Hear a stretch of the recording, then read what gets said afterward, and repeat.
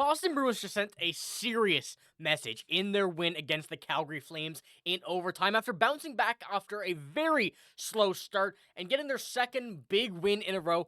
This team is set on the right track after two horrible losses. We're going to be talking about this game, breaking down what we have coming for the Boston Bruins and how this is going to change the momentum over the next few games of the season. We're going to be talking about all this here in this video. Before we get into it, though, we know since 70% of you guys watching right now are not subscribed to the channel. If you're looking for a spot to get all of your Boston Bruins news, you're in the right spot. Hit the sub button, join me here on the channel. We're covering everything Boston Bruins related. But without any further ado, let's get into it. Let's touch on this game because this was absolutely insane, and they just sent a serious message to the rest of the NHL after this win. The Bruins were not really considered to be one of these top teams, or really a team that's sending any messages at all before the past few games, especially after losing horrible games to the Kraken and the Jets. But now in back-to-back games against the Canucks, against the Flames, this team looks like the actual Boston Bruins that we've all been waiting to see.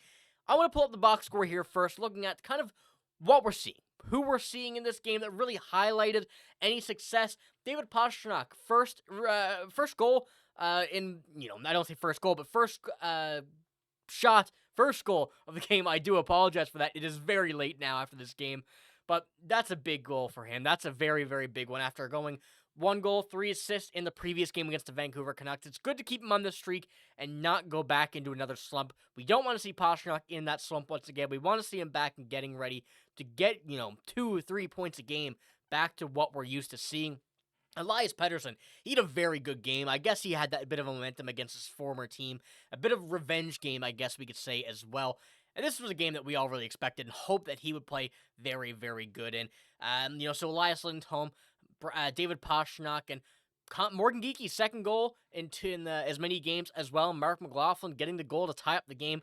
The Bruins in the second half of this game, third, I'll say later half of the second, really took the momentum here and ran away with it. And that's something that we really needed to see in this game.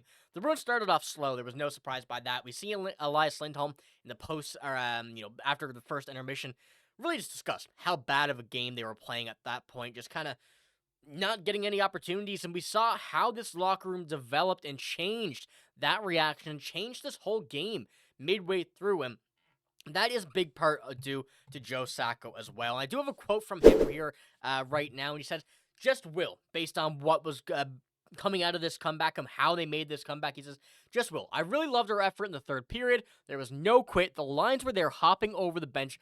They were eager to get out there. They wanted to make a difference. I was really proud of the way we responded. And Joe Sacco has to take some credit here himself, but I love the way that he's, praising his team, praising the players. But we've seen this. This is a bit of a trend since Joe Sacco's tenure as head coach has commenced. We've seen this team really change the way they've played mid-game. We have not seen that at all with Jim Montgomery. We've seen changes made to the lineup. We've seen all sorts of changes, but nothing to the momentum, to the thought process that this team has had other than Joe Sacco. And we've seen this over the past few games, and that's the way we need to see this. We saw, those two brutal losses. I don't want to put those in there as well, but being able to see the big comebacks, the big turnarounds that we've seen in the past few games, past few weeks with Joe Sacco, it's been a big thing that the Bruins have needed to really develop as part of their game. You're not always going to start out hot, although you want to, and you really should have that ability to come out here ready to go every single game. But there are, of course, scenarios, the plane may be delayed, your flight might be delayed heading to the next arena, a bus may be delayed, whatever it may be.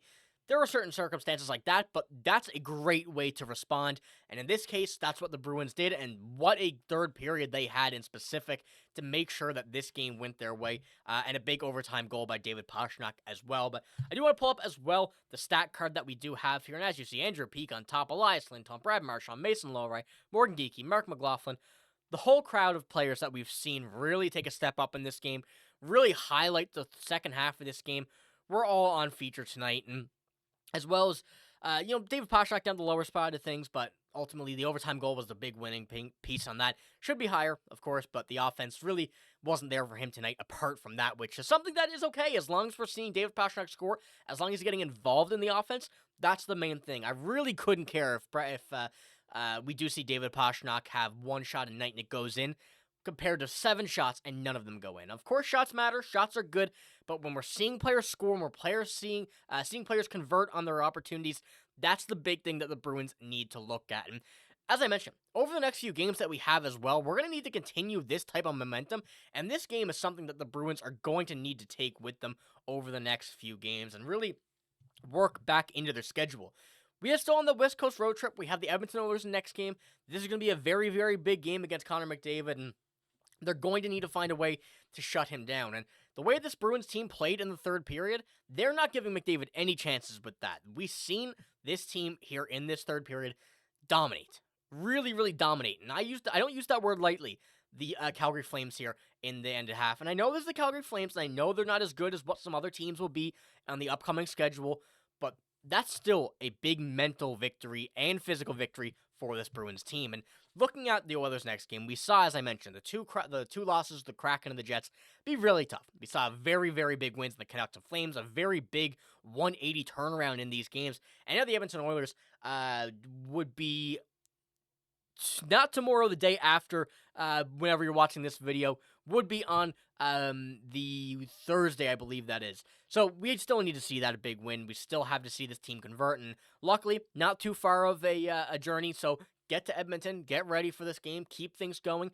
Didn't see Oliver Wahlstrom in this game because it was very tough to change the lineup here going from the Canucks game into this one. So may see him against Edmonton, and now we may choose to see Joe Sacco here rock the same lineup once again with the Edmonton Oilers. Will all depend on what we're seeing here in practice as well, and if there are any injuries that come out of this. But looking ahead to our next few games, as I mentioned, Thursday, December 19th, there we go, the confirmation of Thursday. As I mentioned, I do apologize, very late, not really in the number game right now.